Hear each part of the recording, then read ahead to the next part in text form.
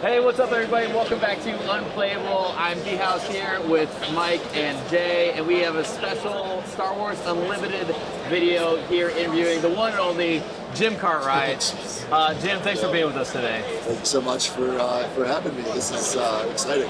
Yeah, that's excited to be on this channel. We're very excited to talk to you. I've never heard of it though. I've definitely never watched any of this. Yeah, and why would you? Why would you? It's unplayable. So. Yeah. It's also unwatchable, unlistenable. That's us. So we're going to keep this super casual, super conversational. So yeah, I think the first thing I want to know is just like, how did you get to sort of the position that you're at? What do you do at FFG? It's a question I'm sure you've answered a million times, but it'll set the stage for sort of everybody that's listening. No, absolutely. It's just one of those things where I'm like, oh gosh, I have to talk about myself. My story's kind of crazy. I worked my whole life in like retail, but always around pop culture, GameStop, Blockbuster. I'm old, by the way. That like you got a date, for I was running Blockbusters.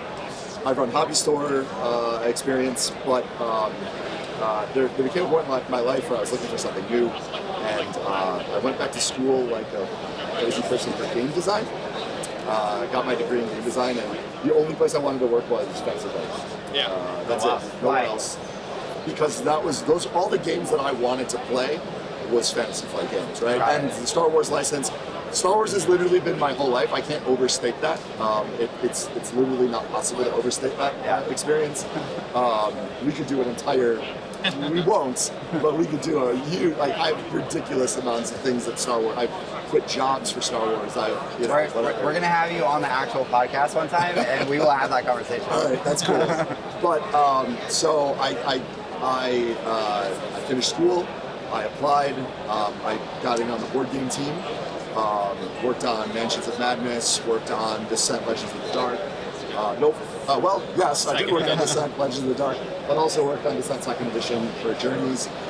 Did the final campaign that was the digital campaign, Embers of Dread, and then was working on the Legend of the Dark stuff when I moved into the card game team as the card game manager. And I was told, listen, you're not going to design, if you want to go into management, you have to want to manage people, we're going to put you there. And I was like, okay, no problem. Like, yes, it bothers me a little bit because I love design, but at the same time, it's fine. And then a couple of years into that is when the opportunity came through with Unlimited, and we were trying to figure out exactly how we were going to time it with all of our design resources, because we had a lot of different stuff in our pipeline.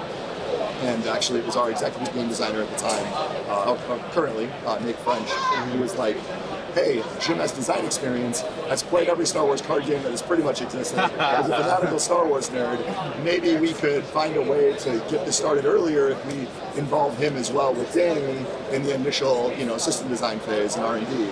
And so from there, I was doing that as like an extra half a job while trying to still, make sure I could take care of all my other duties. And I did that for about 5 months while we designed the initial system stuff. And when the product strategy director role came up and that opportunity presented itself, I jumped into it, and it became very apparent that I wasn't going to keep being able to stay with the design side of it. So timing was pretty perfect, because we kind of moved out of the initial. We had done I had to be the one to do the pitch to LFL, to Asmodee, and we kind of cleared all of those hurdles, and it was like, cool, we now have like a clear window, we're greenlit for everything. Nice. And I was like, this seems like a perfect opportunity for me to step away. We expanded the team, brought in Jeremy and Tyler, of course, and since then, that team's only grown. I don't know how much you've gotten out of this experience, or like from the discussions you've had. Yeah. This is the largest team we've ever put together. Wow. There are currently, again, I'm not including this number, there are currently 8 designers on Star Wars Unlimited, which is unprecedented for us. Wow, that's amazing. So are you fully out of the design role right now? I am. My job now is to make sure, and someone with the ground level experience and understanding what it wants to be is there to help lead the conversations at the leadership level and make sure that everything's still on track with the vision, and we're hitting our timelines, and we know where we're going. Big product road mapping. I have a team, the strategy team, that is always looking at the various lines and where we need to go in the future. So this is where I take over the leadership. If something's broken, this is not the guy to yell at. Jeremy. No, everyone would be nice to Jim. Yeah, Don't yell at Jeremy. Yeah, it's actually funny because after we got, you probably see this a lot with designers. I've noticed it through my time watching various playthroughs of like, I might have even mentioned it when we played, like, sometimes I have to go, wait, where did we land on that mechanic? Yeah. Like, I know, like, where did we, I know it was massaged into a different direction. Where's the final version? Right. Yeah. And so I always have to catch myself when I'm playing, like, no, make sure you're not remembering what it was, and you're actually doing it right. Yeah. So Yeah, that's good. So, so you're managing a Star Wars card game, and you were in the initial stages. When you were walking into this, dream, opportunity, blank slate? Were there any like non-negotiables? You were like, we have to do this, or we have to capture that, or what was like? What were some of your priorities like coming into Star Wars Unlimited? Yeah. So one, I really want us to make sure that we nailed, from a thematic standpoint, the way we represented the characters and things in the game, right? We talked about it, you probably heard it from other designers, the idea of, it's every time you see a character, right? You see Luke Skywalker in this moment on Bespin. This is a moment in time, vigilant, heroic Luke Skywalker, right? You'll notice they're not a Jedi. Luke's not a Jedi in that experience, because at that moment, Luke's not a Jedi. And so that idea of like, we need to make sure that when we represent these characters, they're represented very true to where we're portraying them. And from there, that idea that we could expand on the different lenses you look at a character through their arcs in all the different stories. That was a huge part of one of the things that I was like, as a Star Wars fan, please do this part right. Yeah, you need to do this part right. Yeah. What were some of the key points that you pitched to like Asmodee or LFL to convince them to let us, because obviously everyone knows Star Wars Destiny, and what did you do to convince them, let's try another version of a Star Wars CCG type of game? Absolutely. Some of the things that we talked about was that we've never truly done a TCG in the format that players of modern TCGs are used to, right? Yeah. Destiny was a departure, not an embracing of the TCG model. Yeah. Even in the pre-LCG days, when we had the Call of Cthulhu and Game of Thrones CCGs, it was still very much like, those experiences were never truly explored the way that I think modern TCGs can go. And so one of the things I talked about was, hey, listen, we've got an opportunity to meet the expectations of the audience we're trying to serve. Number two, there's an absolute appetite for Star Wars card gaming, and has always been an appetite for Star Wars card gaming, and it would be a shame that we don't have it, right? And then we need to make sure that we nail our organized play structure, and that we have product available. Those are like the kind of key tenets. Again, I was in a store on the outside when Destiny launched, and I remember how quickly we blew through content and blew through product, and that whole experience. And it's like, and we're building, like I said, because we're building Unlimited, we extra need to make sure we have that available. Yeah, For sure. So That's great to hear that. Yeah, because I mean, the one of the most beautiful lines in like the opening introduction is like, we planned this from the start with limited in mind. Like, Yeah, we love hearing that. to me, that's like the most fun some of these games can be, when it's just like in the moment doing that. So how have you behind the scenes enjoyed just like drafting and doing some of the limited plays of Unlimited? Sure. I'm going to tell you something now that no one knows. Amazing. Is that I have yet to play it in a limited format, because I want to play it with a limited format with actual product, opening Actual packs. boosted and things like packs. that. So cracking the pack. I am That's great. sure at some point I will get in an experience that we will stream or something. That will be my first time actually doing a limited play. That's fine. So, but limited is part of it. Also is that limited is my favorite way to play card games, because I don't love to deal with net deck. I'm not great at that in that experience in those moments. I'm more of a pilot than an architect, but I also don't want to go into those experiences facing the same kind of the same 6 decks over and over and over which is again, why I absolutely love limited play. And I also like, depending on what I'm looking for, we talked about it, you talked about it on your channel, the ability to you open up opportunities for new players to come in and not have to worry about that. It's much more new player friendly. I also think that it speaks to different types of consumers. My early days of doing limited, I'm a collector for many things at heart, and it was great to just be like, oh my gosh, this person just passed me their rare card or their foil card. Like, I'm taking that. Yeah. Sure, I might lose. I don't care. Right? But you got the cool thing that you wanted anyway. Exactly. Yeah. So limited also can serve so many different consumer types. That's huge. Had to be in from the beginning. Yeah, that's great to hear. That's good. So you alluded to earlier that FFG hasn't really done a classic CCG, right? Like a normal, like Destiny was dice, and it wasn't really collectible in terms of like CCG. So going into Star Wars Unlimited, how important and how did you tackle making a game collectible? So like Destiny didn't have foils, it didn't have alt arts and packs or anything like that. So what are you doing different with Star Wars Unlimited that will kind of capture those people that are out just to collect and not play as much? Yeah. So I mean, you've seen of course the C303, and all three of those aspects are important parts of this game. We want to engage all of the consumers who would fit into those kind of profiles. The collector being absolutely one of them. It also is something that Danny and I talked about very early on in the design process when we were thinking about how we would put, if you're building. So we start from a place of, okay, we know we want limited. What does that mean for our products? Also, we know we need to engage collectors. What does that mean for our products? And then we kind of work from there how to kind of build the experience. And so very much in the sense of, I'm gonna have to be careful with the way I phrase it. It's just, we want a pack opening experience to feel really engaging, right? We want it to be. I remember the early 90s, or not early 90s, the late 90s experience of like, I'm gonna crack a pack and I'm just gonna race to the back. What did I get? It's not the thing I needed and I'm done.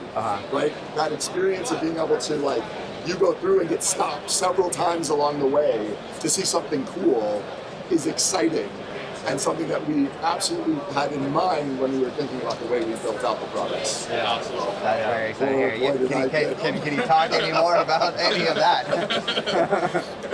I mean, I can say that one of the other parts of thinking about how to service collectors, right? You bring up a good point in that because there was none of that cosmetic upgrades for Destiny, it meant that collectors who had no intention of playing were competing with players who wanted to get those to play the game and with powerful effects that they wanted for their tournament decks. And so it created a secondary marketplace for those cards that was a little bit aggressive than where we want to see it. I know there's been, this actually is a great chance for me to clear up something because I feel like it's something I see in the Discord quite a bit and something I want to make sure that I clarify. We talked about how this is a much more, it's a much easier collection model, right? And I didn't mean that in the sense of like, oh, the rarities are all flattened out and it's not going to be that big of a deal when you collect a version of a rare.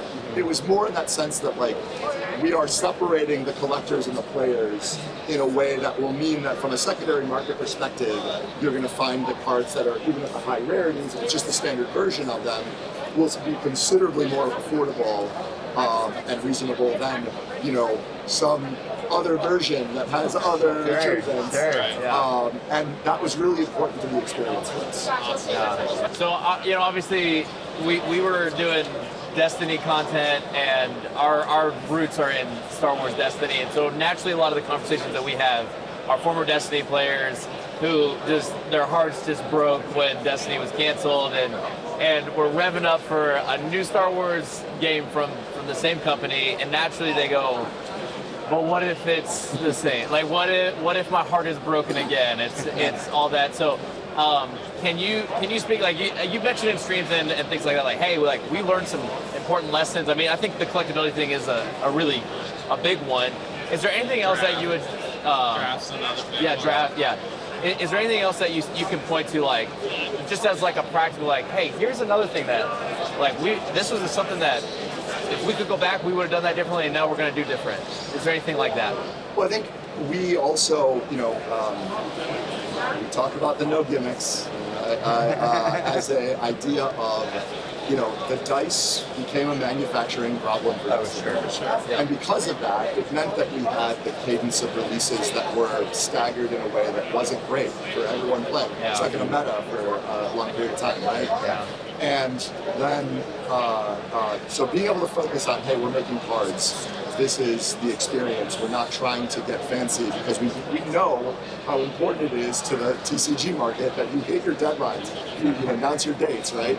Yeah. And so I can say all the things in the world to say how we've changed or we've done things differently. At the end of the day, I think that it's going to have to be what we do and ultimately change hearts and minds about whether or not you know we have actually changed. But we have. I can tell you that from the very first pitch into anybody, the first presentation that we gave, in that thing was, Destiny players feel like we've abandoned them with Destiny. We will have an uphill battle to be able to win them back. But if we do these things, these are the things that I believe that if we actually manage to hit all of these elements, and we've got years to prep them, then this is how we prove that we've done something different and we've changed. And until we actually get to that point where you see it, I understand if people are still wary.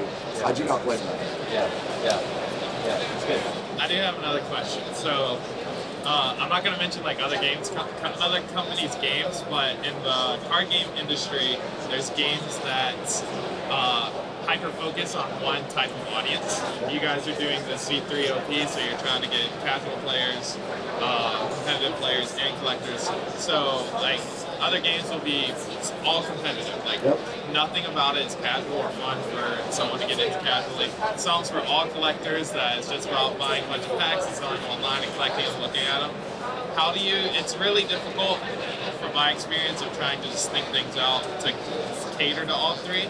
So what is the best way to cater to a casual environment while also having a competitive side and also a collective side? That's a great question. Actually, I was about to say, well, I remember you all talking about this on one of your, so you cut that out. I don't want to break the mystique.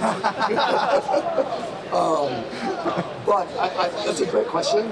It is obviously a thing that we are, we're focused on in the way that we're thinking about how casual events are experienced, right?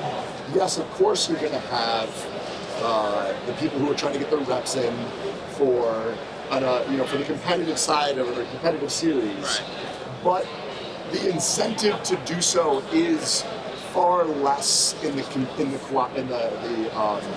casual side of the organized play experience, to where we're hoping that the community can kind of, that's a terrible way to do it. It's hoping that the community will come along for the ride and do it on their own. But honestly, the hope is when we're talking about, you just show up at an event and you're getting something just for coming and telling somebody how much you love the game, or you want to have them, you want to build a deck while you're there, but you're not going to play it, or you're going to teach someone how to play the game. All of those things are just growing the community. This is very much, and I don't know how much we've actually talked about this up to this point. I might get in trouble for this. I don't know. We are a hobby-focused game, right? We understand that the hobby stores is where this community will be built and where it will grow. And so we're trying to build that relationship in stores that makes it a welcoming experience, that makes it inviting for players to come in and try it out. We talked about this being a kitchen table game, right? That one you can play with family and friends. Yeah. And so we want a place for it to be when you're bringing your your son or your daughter or any other members of your family to come in and play, maybe for the first time ever at a casual tournament. That the idea isn't about I'm going to crush everybody here because I have a competitive series I can do that at, and I can get my reps in with my team to make sure that I'm ready. That's our hopes and dreams for it. Yeah. Right? So you, as a person who has run a game store before, how do you how do you make sure that people aren't coming to those quote unquote casual events to just like steamroll everybody and win the promos, right? Like, Sure. What would you do, I guess? Yeah, I mean, I think part of it is that you find out the way in which you're incentivizing prize support, right? Yes, there are prize supports for those who win more, but like, is it? I will tell you one of the things that I used to do a lot with store events, even when I wasn't running a store and I was just going around helping out with various things, is do way more participation or door prize stuff, randomized things throughout the day that like someone might walk out with more packs than you do by winning the event just because I've given out more in a different way. Yeah. And so at some point you go, well, I mean, sure, I could go in there and crush somebody who's never played, but they're still getting more packs than I do, so why am I doing that, right? Maybe this is instead a place to try out some crazy deck that I've never considered running in a competitive scene. Like a red hero deck, for instance. Yeah, there you go. Right. Absolutely. An 8 Vader deck, I don't know. I have no idea when that would even, just be clear, I have no idea when that would even be possible. But it's going to be possible to play So 8 Vader. yeah, like the idea of that is pretty crazy. But Well, as a Star Wars fan, I feel like we all have those like obscure, like we know there's gonna be Luke, Vader, like Leia, Chewbacca, but there's these like obscure people that like I think as Star Wars fans we like just, I don't know, connect with in a unique way that don't get like some of the spotlight. Like there's a character in a book called Aftermath, Mr. Bones. It's this old repurposed battle droid that like murders people, and he's just for some reason I love it. I always want Mr. Bones in a Star Wars game.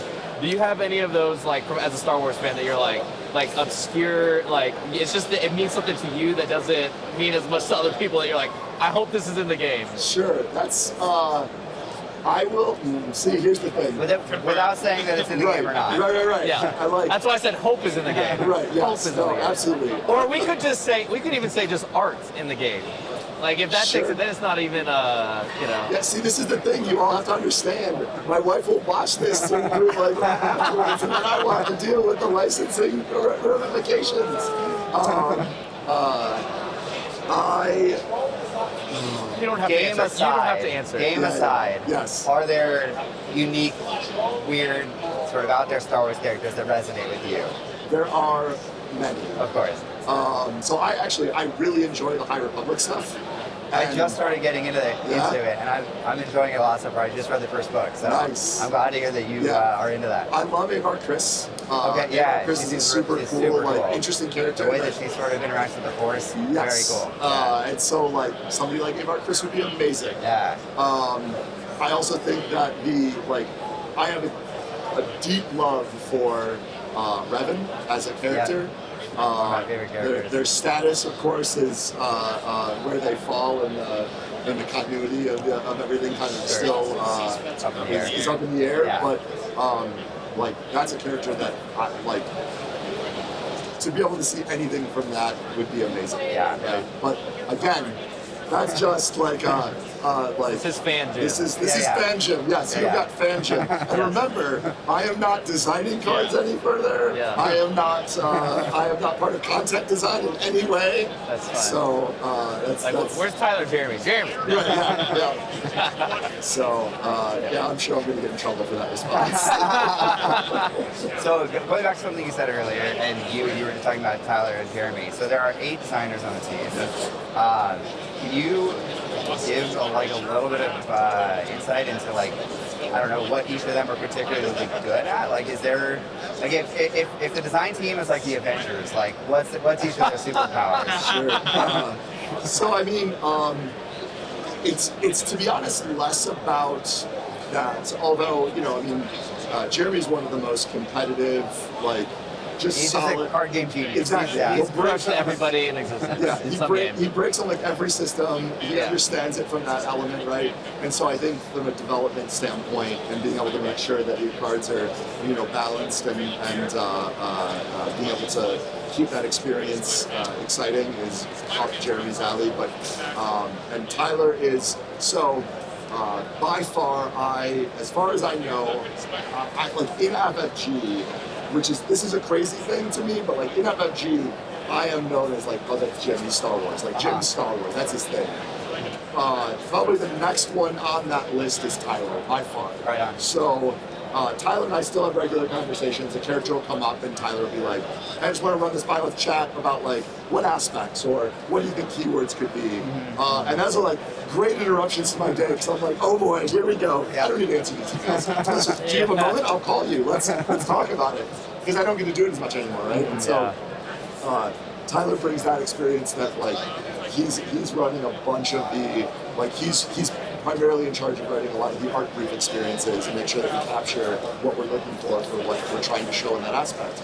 But that being said, everyone puts in work into the design of the cards, the development. No one in particular is assigned specifically the way of breaking that down, as far as I'm aware.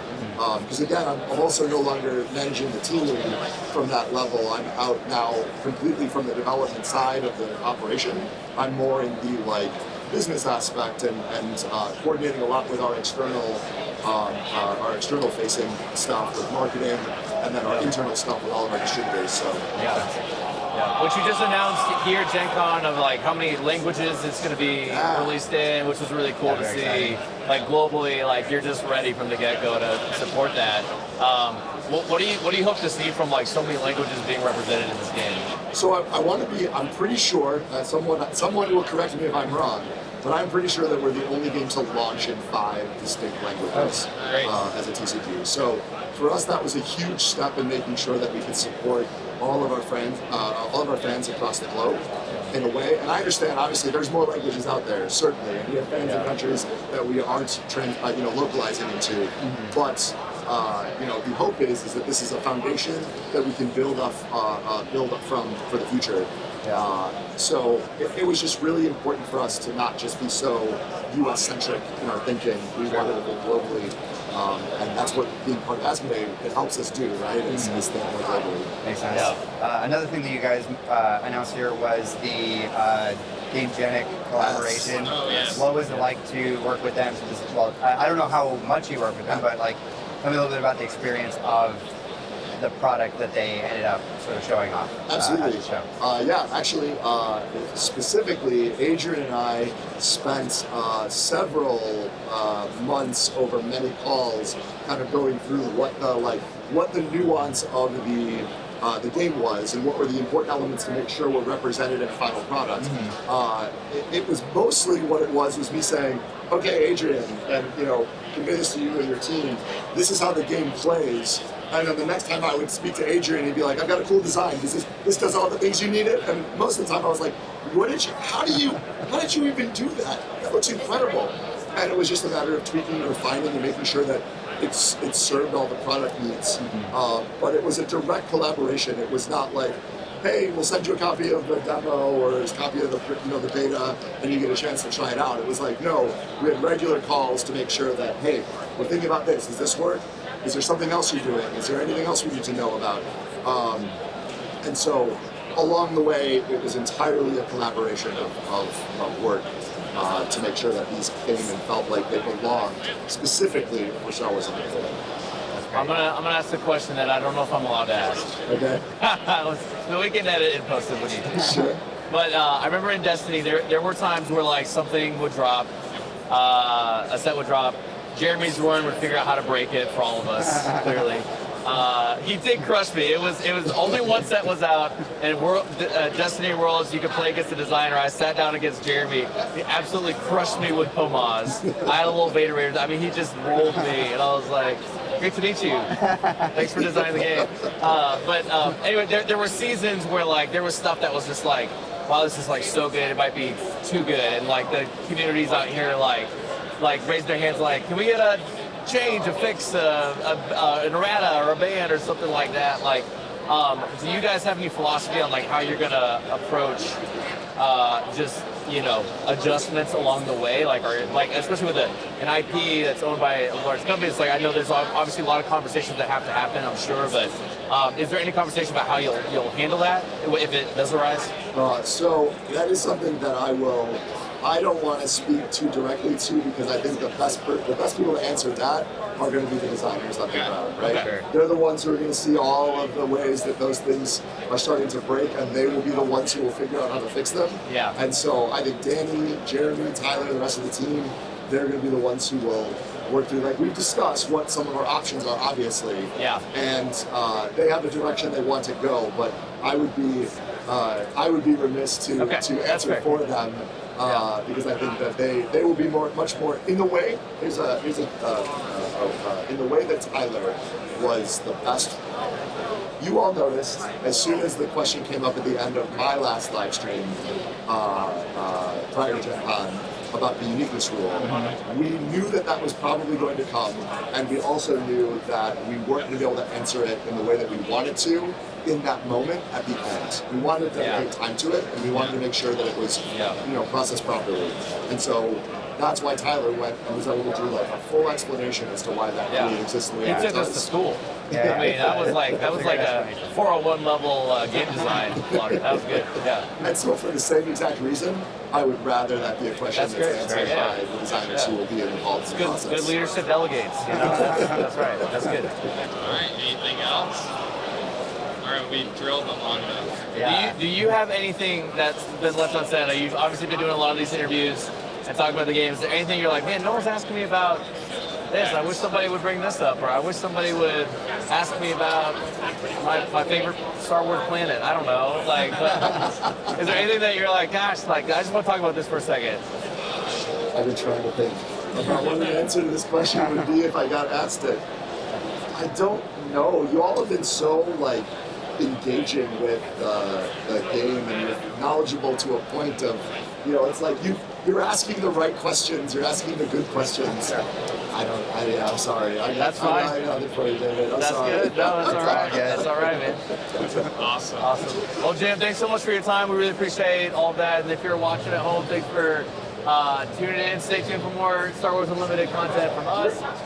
Join the Discord if you're not in there already. Continue the conversation. But have a great rest of your Gen Con. Thank you. You as well. All right, Yeah, we thanks. didn't even mention we were at GenCon. Bye.